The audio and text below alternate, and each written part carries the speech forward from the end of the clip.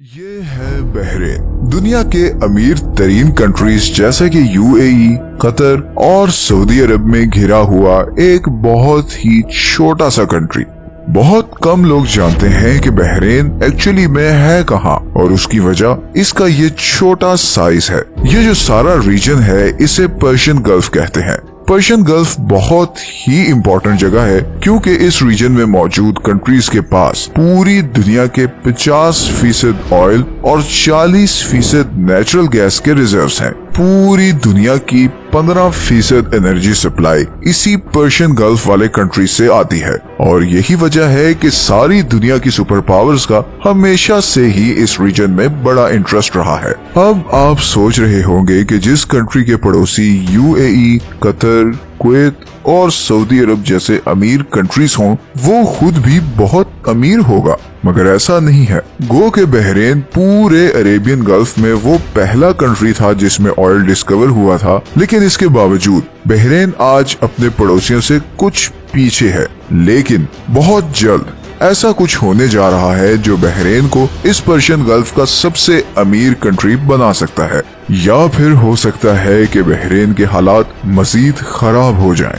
सच ये है कि इस वीडियो में हम आपको बताएंगे कि बहरेन कतर या यूएई की तरह इतना अमीर क्यों नहीं है, और ऐसा क्या होने जा रहा है जो या तो बहरेन की तकदीर बदल देगा या फिर उसके लिए बहुत सख्त मुश्किलात पैदा कर सकता है।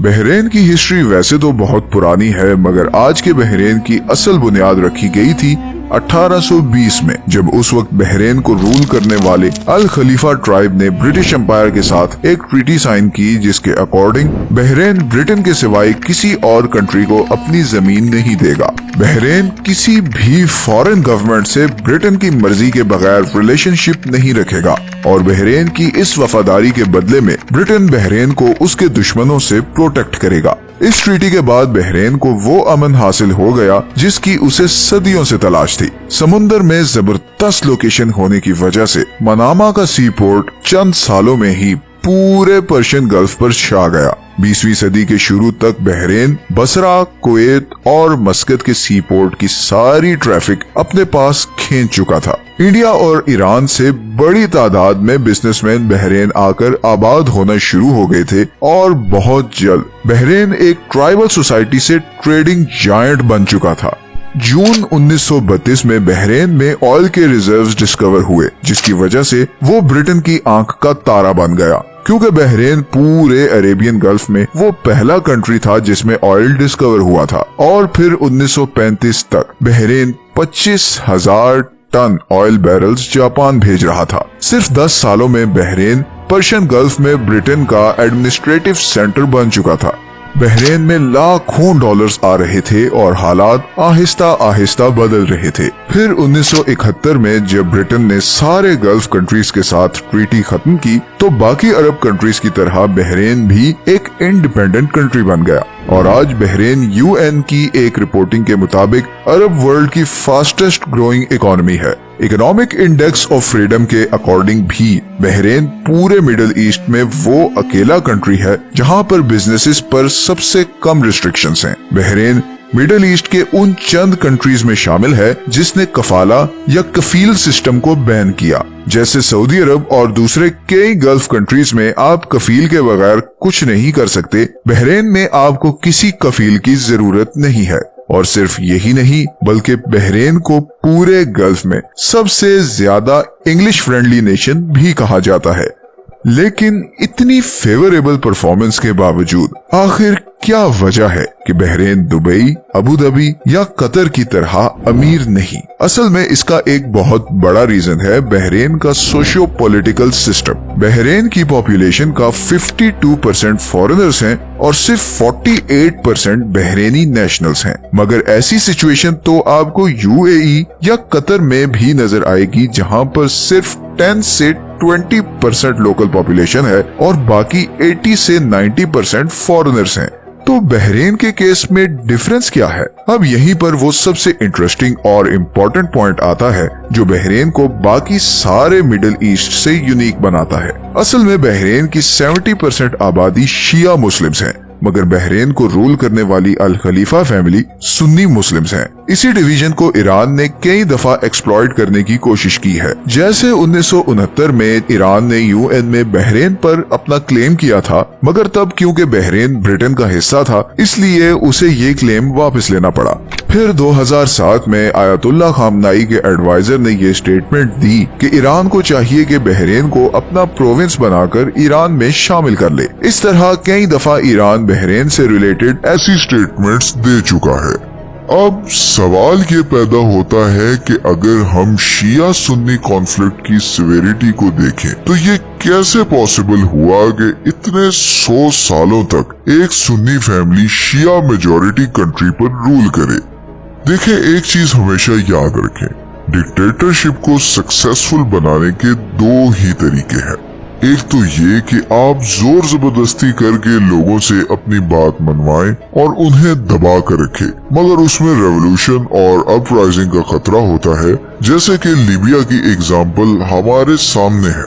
दूसरा तरीका वो है जो गल्फ कंट्रीज फॉलो करते आए हैं, और वो है कि अपनी आवाम को खूब पैसा दो, उनकी जरूरियात पूरी करो और उन्हें इकोनॉमिकली खुश रखो। ऊपर पावर में कौन है उन्हें इसकी कोई फिक्र नहीं होगी। अब बहरीन के सुन्नी रूलर्स ने ये दोनों तरीके यूज किए हैं। बहरीन की गवर्नमेंट अपने लोगों का बहुत ख्याल रखती है। अपने लोगों से मेरा मतलब है बहरीनी नेशनल्स। अगर आप बहरीनी नेशनल हैं तो आपको बहुत आराम से गवर्नमेंट जॉब मिल जाएगी। सुपरमार्केट से लेकर गाड़ी के पेट्रोल तक हर चीज सब्सिडाइज्ड है। अगर आप प्राइवेट जॉब करना चाहते हैं तो आपके लिए सेपरेट कोटा है।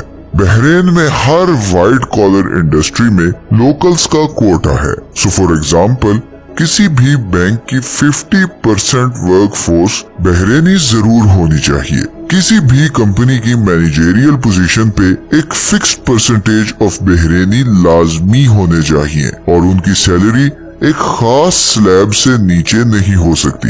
दूसरी तरफ अगर आप गवर्नमेंट के अगेंस्ट कोई भी क्रिटिसिज्म या प्रोटेस्ट करते हैं तो आपको टेररिस्ट समझा जाता है।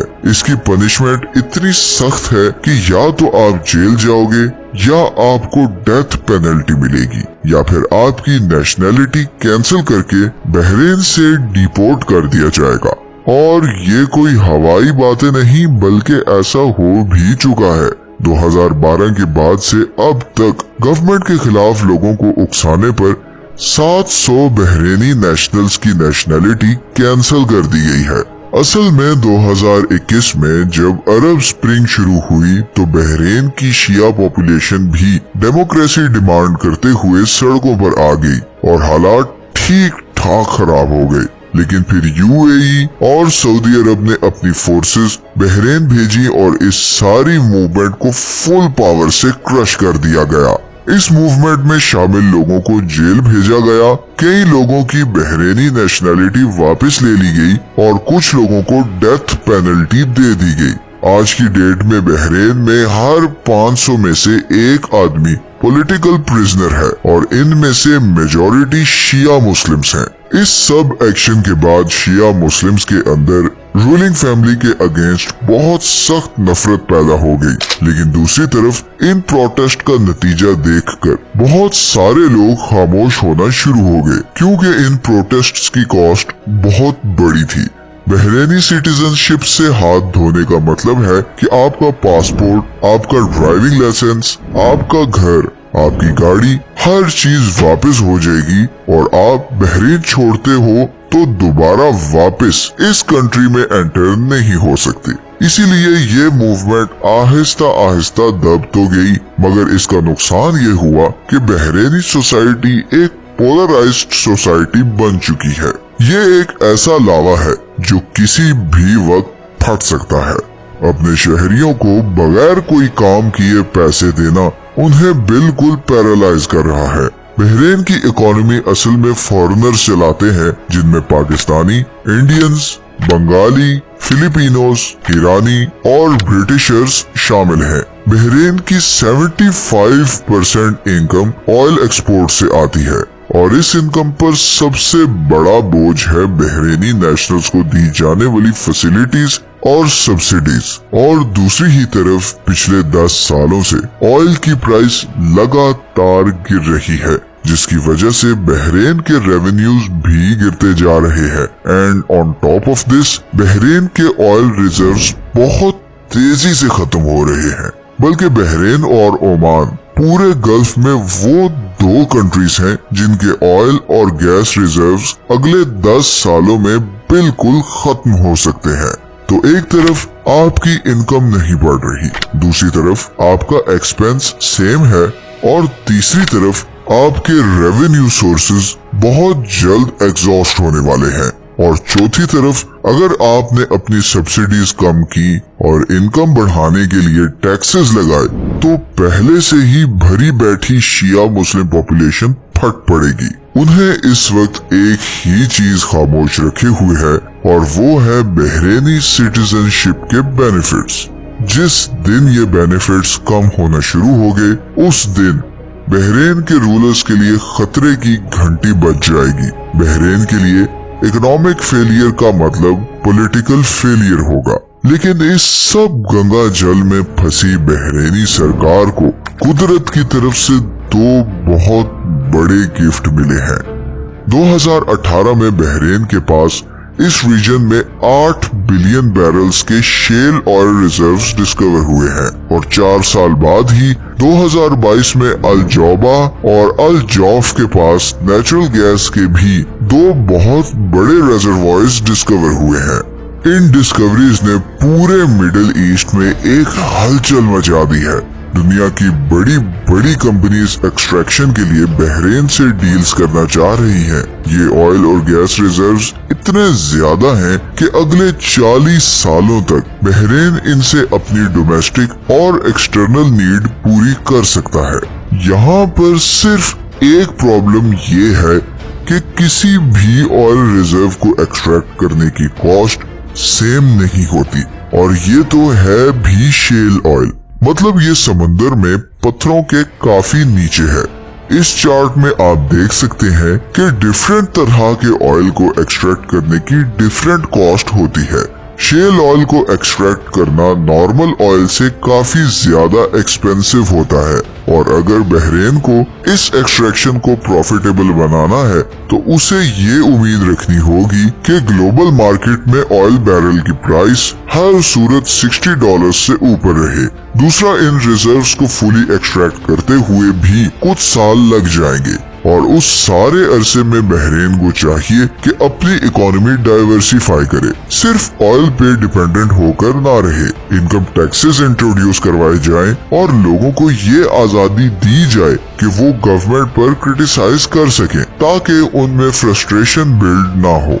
यूएई और सऊदी अरब आहिस्ता आहिस्ता इसी अप्रोच पर आ रहे हैं।